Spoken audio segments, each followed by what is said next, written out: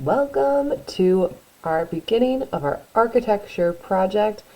It's going to be 3D. It's going to be amazing. We're going to have so much fun.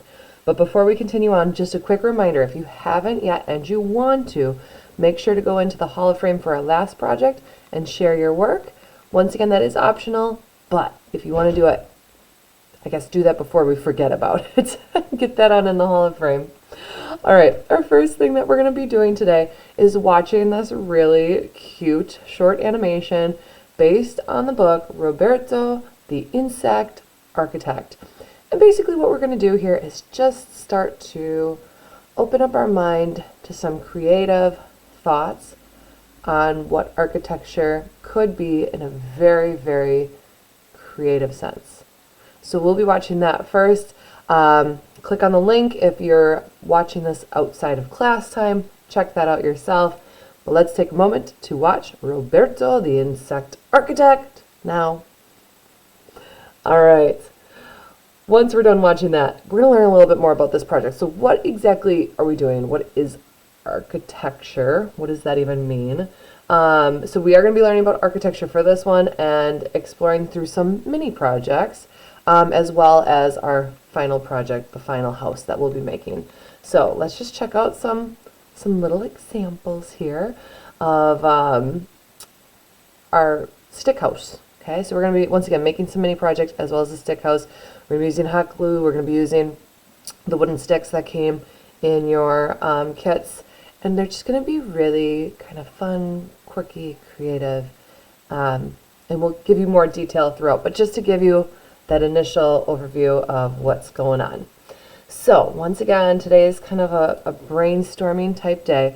Here's what I want you guys to get out. Grab out a piece of paper. You can just use the drawing paper that we supplied you, or if you want to use like a piece of computer paper instead and save your good paper from the kit, that's okay too. Either way. You also got some color pencils in our supply kit. You can get those out.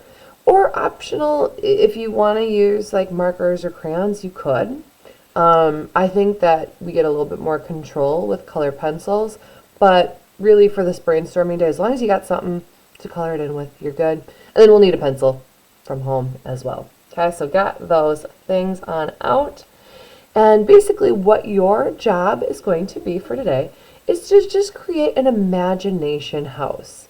It can be as wild as your imagination will take you. It does not need to be something that can be built in real life. So, maybe it's an underwater home. Maybe it's built out of Legos or candy.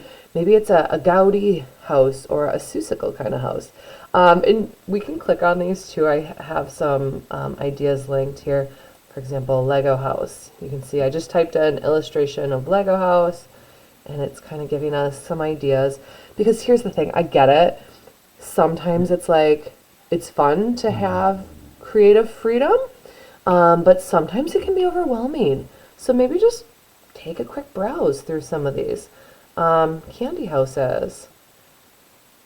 Take a look through there. There's some fun. Okay, now I'm like salivating though. There's fun, but they also look delicious. Gaudi, now you're probably like, what, a gaudy house? Like, we want one that doesn't look good, looks kind of like tacky? Is that what you're talking about? No! Gaudi is a very famous architecture in like Barcelona in Spain. Well, actually throughout the world, but that's where his work is. And if you've ever heard of a cathedral called Sagrada Familia, it's actually taken about 100 years to finish. But super cool. But you can just see some of his works of architecture actually look almost like they're not even real. Let me see if I can get a bigger picture of this one. It's gonna let me. So you can just see like this is actual architecture. You can go to Barcelona and see homes that look like this, which is really cool. He just has a very different take on architecture. Anyway, I thought I'd share that as well. A Seussical house. This word we're probably all more familiar with. If you've read any Dr. Seuss books, you've seen kind of Seussical looking houses. So just some ideas to get us started as you're beginning your thought process on like, how can I make kind of a quirky and cool, whimsical looking house? Check those out. Check out some other ideas too. And then your job before next class is going to be draw in detail some kind of imagination house.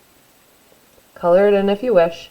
Make it fun, make it, I don't know, unique and quirky and all the things that you might dream that a house could be, but maybe we don't see in everyday life. And I can't wait to see how these turn out.